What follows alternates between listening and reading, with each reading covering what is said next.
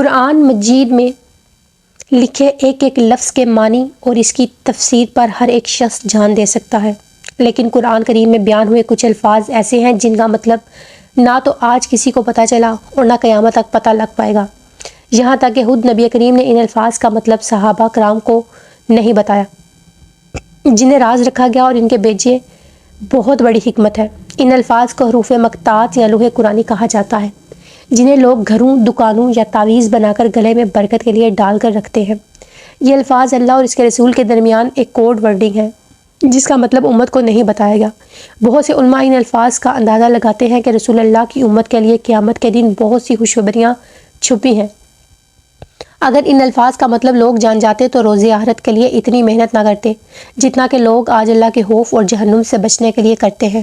یہ صرف محض اندازوں پر مشتمل ہے جس کے ہر فرقے کے علماء مختلف مطلب نکالتے ہیں۔ اس کا بس ایک ہی سیدھا اور صاف مطلب ہے کہ کوئی بھی انسان قیامت تک ان الفاظ کا مطلب نہیں جان سکتا۔ یہ کوئی خوشخبری ہے یا وحید واللہ عالم۔ کون، کیسے اور کب پیدا ہوگا اور دنیا میں آ کر کیا کرے گا، کیسے اس کی موت واقع ہوگی اور کائنات میں کس وقت کیا واقعہ رونما ہوگا، کائنات کے بننے اور قیامت کے رونما ہونے تک کے وہ تمام واقعات جنہیں ایک تختی پر لکھ دیا گیا ہے، جسے لوگ لوح محفوظ کے نام سے جانا جاتا ہے۔ لوح محفوظ کیا ہے، یہ تختی کتنی بڑی ہے، کس چیز سے بنایا گیا ہے اور یہ تختی اس وقت کہاں پر موجود ہے۔ تختی پر لکھی گئی تقدیر بدل سکتی ہے۔ عربی زبان میں تختی کو کہا جاتا ہے، اسے لوح محفوظ، ام الکتاب اور کتاب مکنون بھی کہا جاتا ہے۔ شیاطین کی دسترس اور کمی بیشی سے پاک ہونے کی وجہ سے اسے لوح محفوظ یعنی محفوظ تختی کا نام دیا گیا ہے۔ جیسا کہ ایک مسلمان کا ایمان لانا ضروری ہے ایک اللہ پر، اس کے رسولوں پر، اس کے فرشتوں پر، ٹھیک اسی طرح مسلمانوں کا ایمان لانا بھی ضروری ہے لوح محفوظ اور روز قیامت پر۔ امام ابو جعفر طحاوی حنفی رحمۃ اللہ کے مطابق یعنی ہم لوح اور قلم اور ان تمام اموار پر ایمان لاتے ہیں جو اس لوح میں لکھ دیے گئے ہیں۔ روایتوں سے بیان ہوا لوح محفوظ کی تختی کو اللہ تبارک و تعالیٰ نے 50,000 سال پہلے تخلیق فرمایا۔ جب قلم کو پیدا کیا گیا تو قلم کے پیدا کرنے والے پاک پروردگار نے قلم کو حکم دیا لکھ۔ قلم عرض کرنے لگی میرے پروردگار میں کیا لکھوں؟ مالک کائنات نے حکم دیا تو لکھ دے لوح محفوظ پر کائنات کی ابتدا سے لے کر انتہا تک، قیامت تک رونما ہونے والے تمام واقعات کو لکھ ڈالا۔ قلم نے کائنات میں ہونے والے واقعات سے لکھ کر ہر انسان کو پیدائش، بیماری، صحت، خوشی، غمی، رزق، امتحان اور موت تک کے تمام راز لکھ ڈالے۔ لوح محفوظ کو تمام تر مخلوق سے بالا تر رکھا گیا، جہاں پر نہ تو کوئی انسان اور نہ ہی کوئی شیطان پہنچ پایا ہے۔ رسول اللہ نے فرمایا اللہ تبارک تعالیٰ نے زمین و آسمان کو پیدا کیا اور ہر چیز کو لوح محفوظ میں لکھ دیا۔ قرآن مجید میں لوح محفوظ کے ذکر کو اللہ پاک نے بیان فرمایا، بلکہ یہ قرآن ہے جو لوح محفوظ میں لکھا ہوا ہے۔ ایک اور مقام پر اللہ تبارک تعالیٰ نے قرآن کریم میں ارشاد فرمایا اور ہم نے ہر چیز لوح محفوظ میں شمار کر رکھی ہے۔ روایتوں میں بیان کی ہوا ہے کہ لوح محفوظ کو سفید موتیوں سے بنایا گیا ہے اور اس کے صفحات کو سرخ یاقوت سے بنے ہیں، جبکہ اس پر لکھی گئی تحریر کو نور سے لکھا گیا ہے۔ رسول اللہ نے فرمایا اللہ تبارک و تعالیٰ ہر روز 360 مرتبہ لوح محفوظ کی طرف نظر فرماتا ہے۔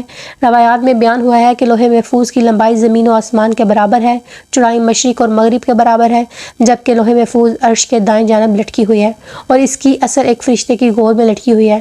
حضرت ابن عباس فرماتے ہیں لوح محفوظ کے سینے پر لکھا گیا ہے کہ اللہ کے سوا کوئی عبادت کے لائق نہیں، دین اسلام اور محمد اس کے بندے ہیں اور رسول ہیں۔ جو بھی اللہ اور اس کے رسولوں پر ایمان لائے گا اور اس کی اتباع کرے گا تو اللہ اسے جنت میں داخل کر دے گا۔ حضرت ابو سنان رضی اللہ عنہ نے فرمایا اللہ کے سب سے قریب لوح محفوظ ہے جو عرش کے ساتھ لٹکی ہوئی ہے۔ جب اللہ تبارک و تعالیٰ کسی چیز کا ارادہ فرماتا ہے تو لوح محفوظ پر لکھ دیتا ہے۔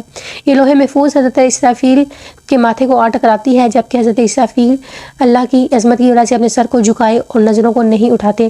حضرت اسرافیل کے ماتھے سے ٹکرانے کے بعد اس تختی پر لکھے حکم کو دیکھتے ہیں، اگر تختی میں لکھا گیا حکم آسمان والوں کی طرف ہو تو اسے حضرت میکائیل کے سپرد کیا جاتا ہے، اور اگر کوئی حکم زمین والوں کے لیے ہو تو اسے حضرت جبرائیل کے سپرد کیا جاتا ہے۔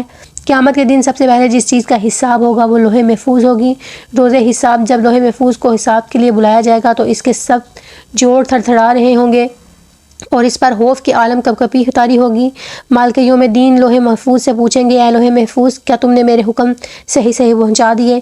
لوح محفوظ کانپتے ہوئے جواب دے گی جی یا رب العالمین۔ اللہ پاک فرمائے گا تمہارے حق میں کون سی گواہی دے گا۔ لوح محفوظ عرض کرے گی حضرت اسرافیل علیہ السلام اسرافیل علیہ السلام کو جب گواہی دینے کے لیے بلایا جائے گا تو حضرت اسرافیل علیہ السلام پر بھی کپکی کا وہی عالم ہوگا جو لوح محفوظ پر کپ کپی کی صورت میں ہوا ہوگا۔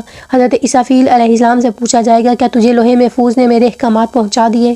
حضرت اسرافیل یہی سر کو جھکائے عرض کریں گے جی ہاں یا رب العالمین۔ حضرت اسرافیل کی گواہی کو سن کر لوح محفوظ کہے گی تمام تعریفیں میرے پروردگار کے لیے جس نے مجھے اس عذاب سے نجات دی۔ جس کے بعد حساب و کتاب کا سلسلہ آگے بڑھے گا۔ جب لوح محفوظ پر انسان کی تقدیر کو لکھ دیا گیا تو کیا لوح محفوظ پر لکھی تقدیر نے بدل بھی سکتی ہیں؟